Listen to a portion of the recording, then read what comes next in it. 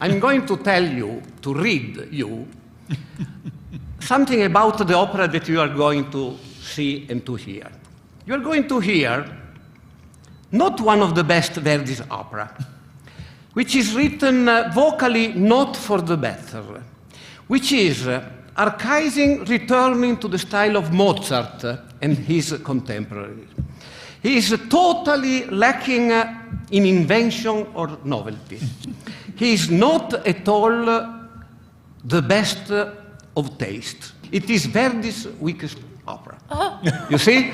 This is what you are going to see. To hear. It is a huge masterwork.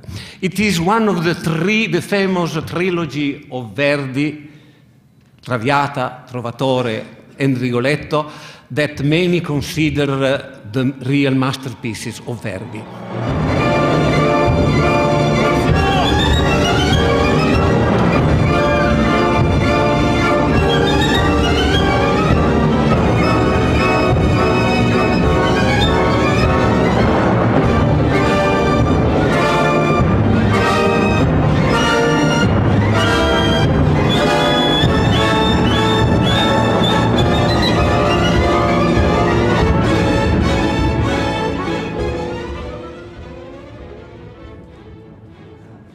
Have you ever noticed that some Mozart singer very rarely sings Verdi?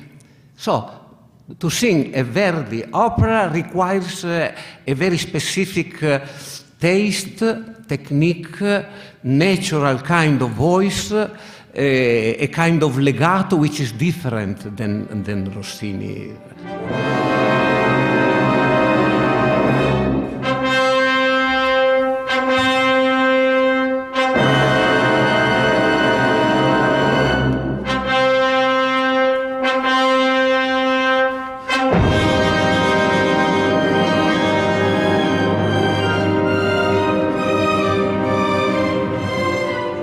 Rigoletto is a very unhappy person, you know, because he's physically it's crooked and not so like beautiful, not so sympathetic.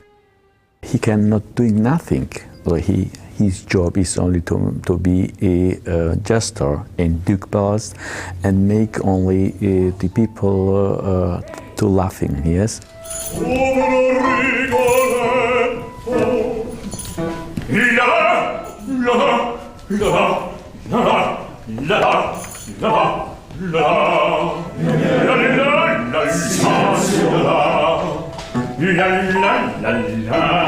Oh, buongiorno, Rigoletto, canto ti fanno il colpo, cai di nuovo buffone, cai di nuovo buffone, che dell'usato più noiosa voi siete.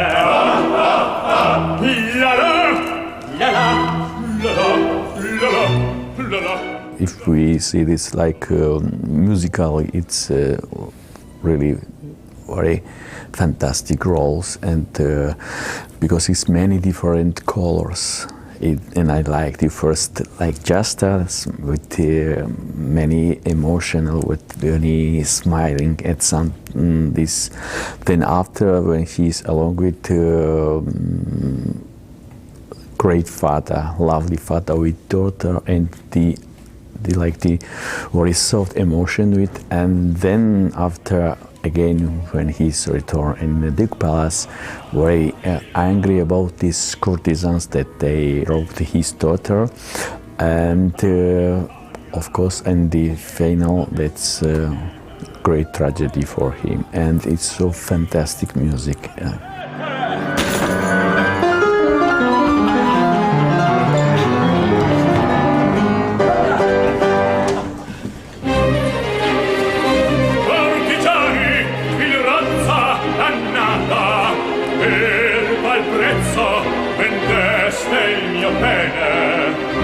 A voi nulla per loro stoni viene, ma mia figlia impagabil tesor.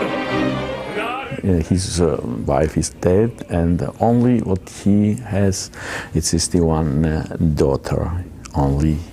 And he said to the daughter that so la patria and the family, my friends, and of course only it's only you in my life.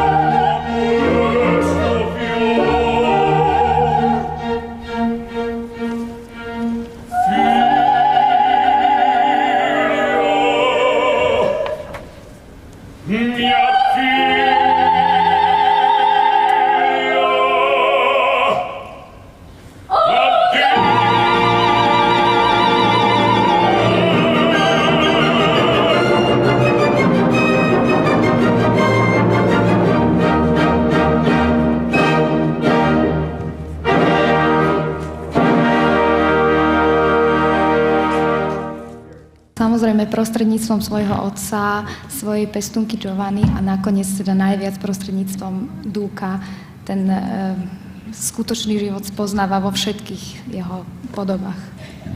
So then, thanks her father and her nanny, and thanks to Duke, she is recognizing the right life. Mm-hmm. Prvýkrát sa skutočne zamiluje do muža. Je to pre ňu úplne nový pocit, nevie si s tým dať rády vlastne. She fell in love very first time, and it's very new feelings for her.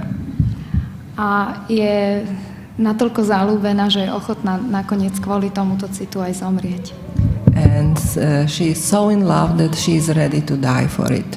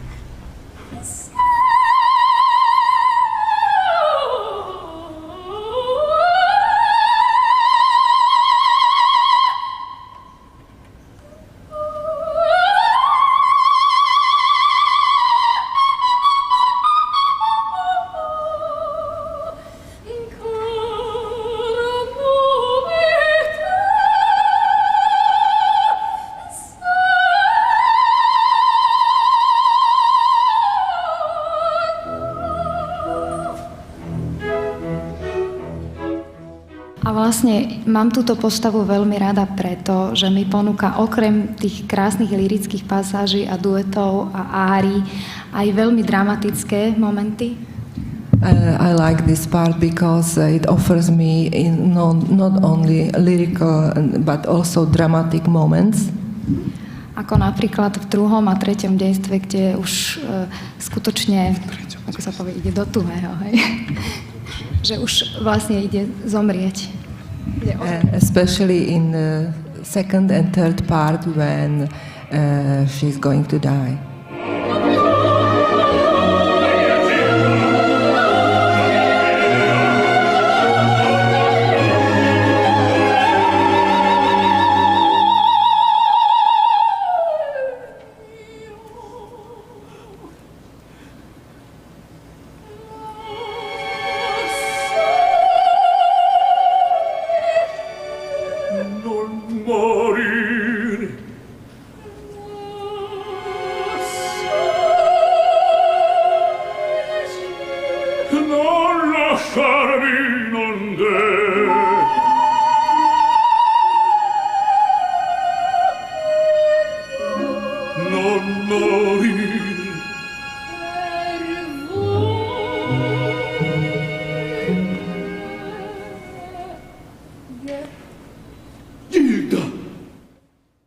Il personaggio di Duca è un giovane ragazzo ricco, un duca, che vuole solo divertirsi e senza scrupoli. The character of the Duke is a character of a young guy who is rich and cares only about amusing himself. questo personaggio qua non ha scrupoli, prova di divertirsi anche con le donne dei uomini della sua corte. He has no scruples and he tries to amuse with all the women of the court.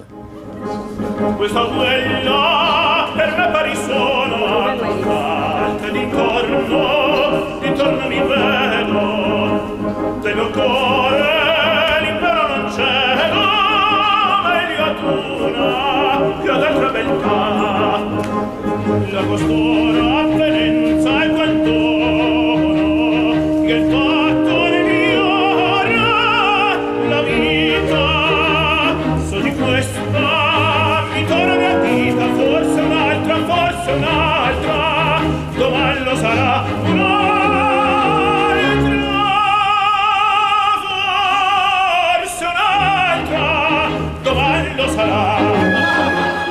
Però questo personaggio, a contrario di Rigoletto, che anche Rigoletto non è meglio di Duca, solo che lui subisce la dramma e per questo alla gente ci dispiace e sembra che è buono, ma non è così.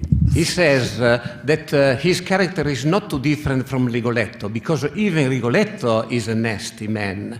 Just that the tragedy goes above Rigoletto and there is no tragedy on the Duke. Parliamo un po' anche dal lato vocale, è un ruolo che ha bisogno di una facilità, diciamo, vocale e un registro, diciamo, ben legato e un acuto pronto, diciamo.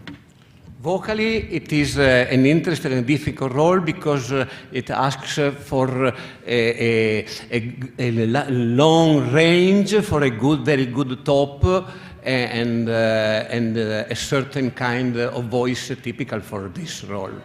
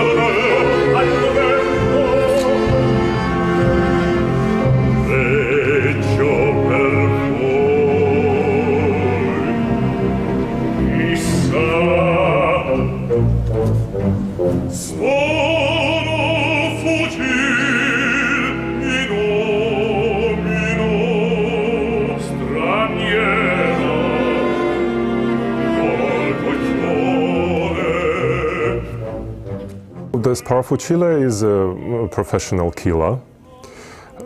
It's not very usual profession, and rather I would say that in the opera with this romantic flavor and so on, the professional killers, they are coming very, very seldom.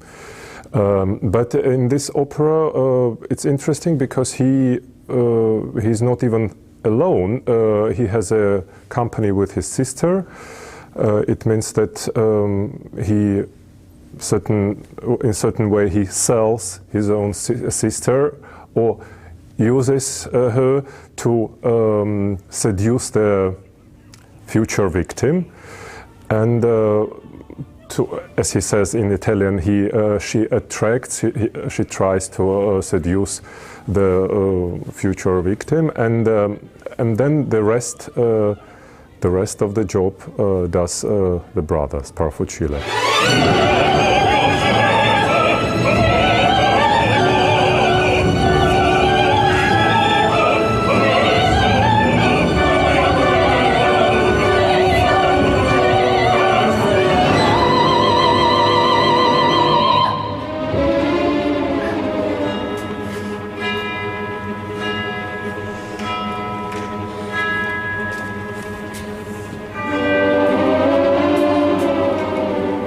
C'è mezzolo! Questi fratello! Piange d'alunno che lui Dio! Ma se il mio amore divenne novello, io per la sua città. The character of Maddalena, well, let's see. There's really not an easy way of putting this. She pretty much is just a prostitute. And that's really how it is. But, you know, the nice part about it is that she is also got a romantic side to her. She does have a heart, and it's because of that that she ends up basically, I think, falling in love with the Duke pretty quickly, but then again, that's opera. And she begs her brother, the assassin, to please not assassinate the Duke. Sadly for Gilda overhears this, of course, and then ends up sacrificing herself as a result. But, you know, Maddalena ends up getting what she wants. And so she's not just a two-dimensional character, which is kind of nice. She's only in the last act of the opera, so you don't see too much of her, but you do get a more rounded view of her character than you probably would of someone with a character that short.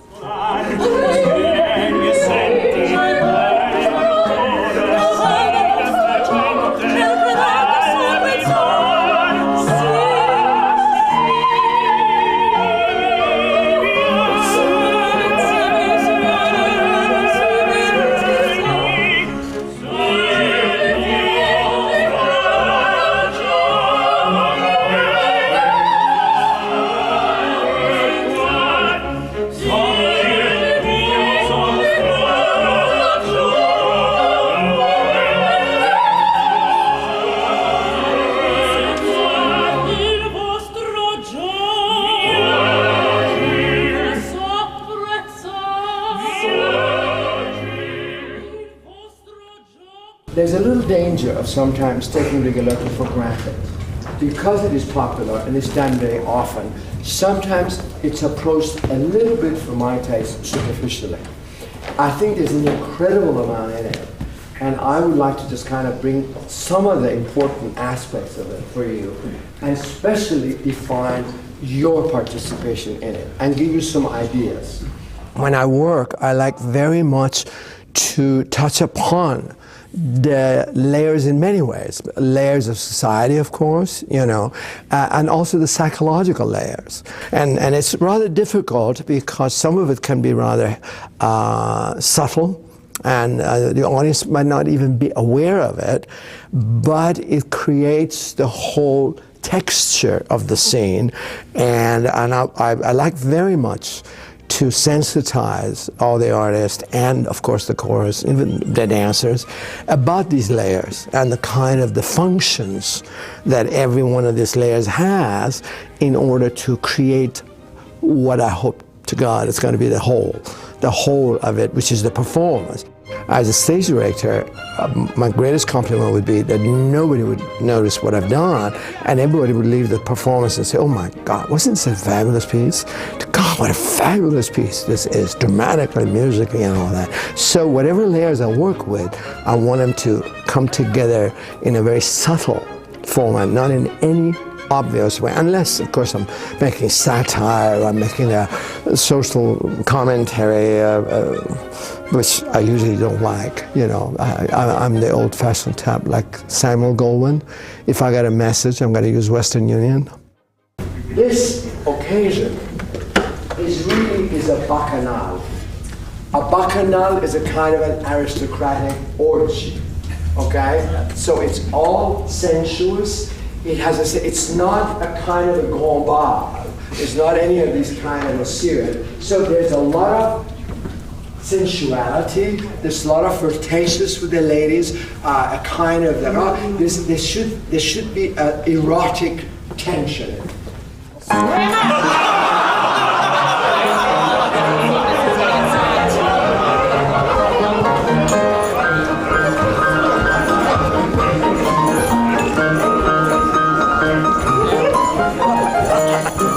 I feel that opera is the greatest art form created by the human mind, and it's a composite art form. It's got everything in it, of course, the music and the acting and the set and all that, and dance.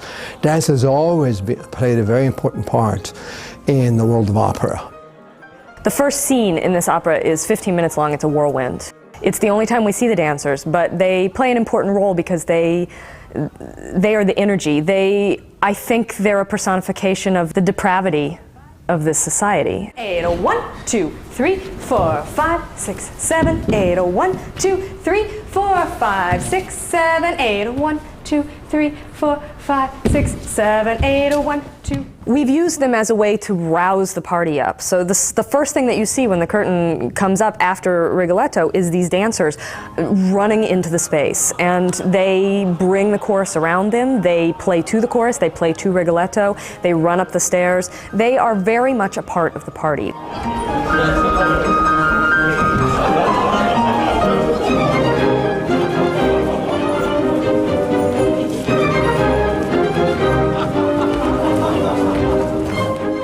We have not separated them, or we've not attempted to separate them at all from the chorus, from the supers, from the principals, who are also at this party. It's one big scene. It's not separated into chunks. And a little laughter here.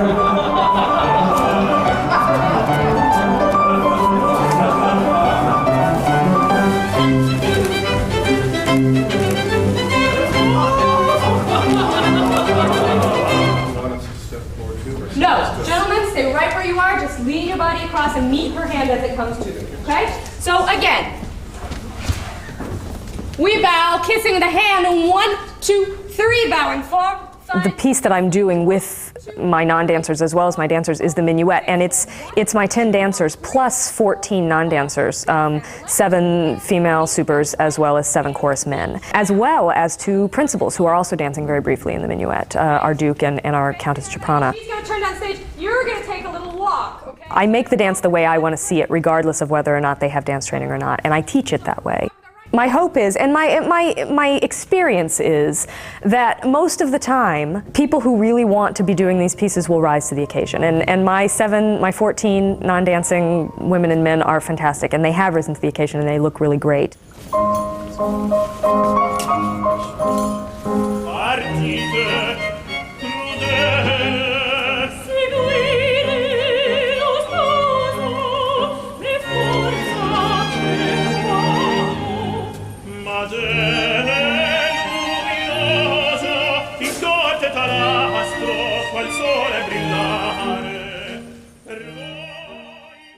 The habit of Verdi was writing an opera as fast as possible in a couple of months for not losing the continuity of the color, not losing the tinta. The femotinta means color, and color means the correct instrumentation, the correct turn of the melodies, the correct, the connection of the rhythm from one piece to the other. He was looking for unity of the piece. Big number 4, part 307. Okay? Good.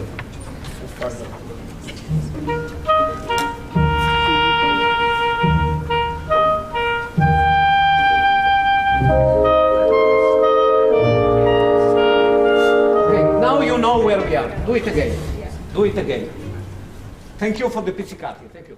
I think Rigoletto plays a very vital role in the development of Verdi, and especially in the transition from the earlier period of Attila and Jerusalem, all the others, and going then towards depth and the richness of a Don Carlos.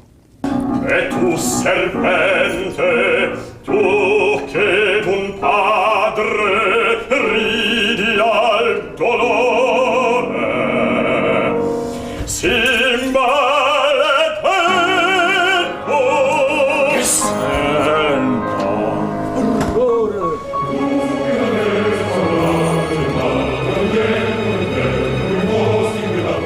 he's got this very three-dimensional way of really delivering a human drama.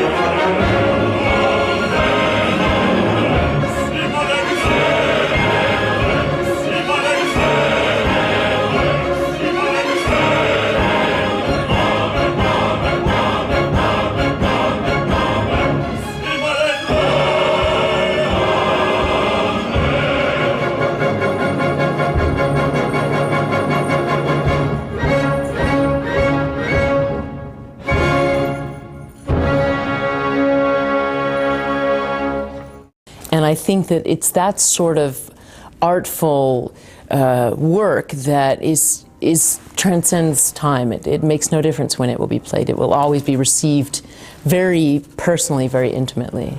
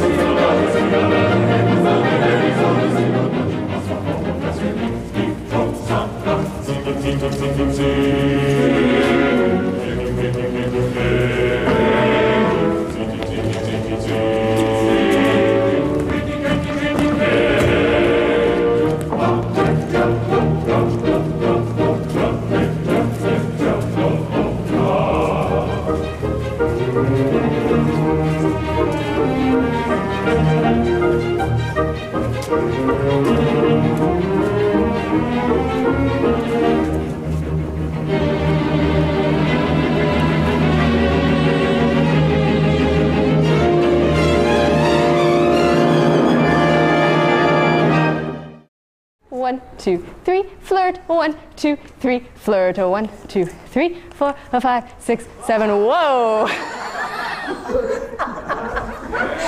I sort of like it like that.